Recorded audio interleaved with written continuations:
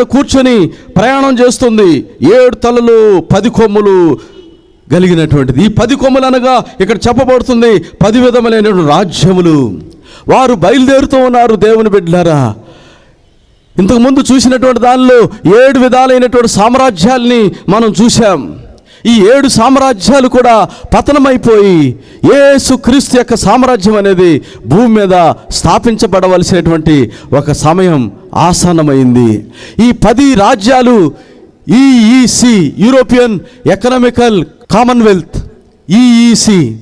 ఇప్పుడు వీళ్ళందరూ పటుత్వంగా దీనిలో కొన్ని దేశాలు, సుమారు 20 దేశస్తులు కలిసి ఉన్నారు ప్రస్తుతం.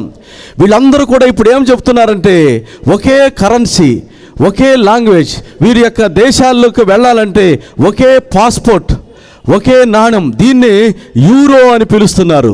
ఈరోజు ప్రపంచంలో విలువైనటువంటి కరెన్సీ ఏదైనా ఉందా అని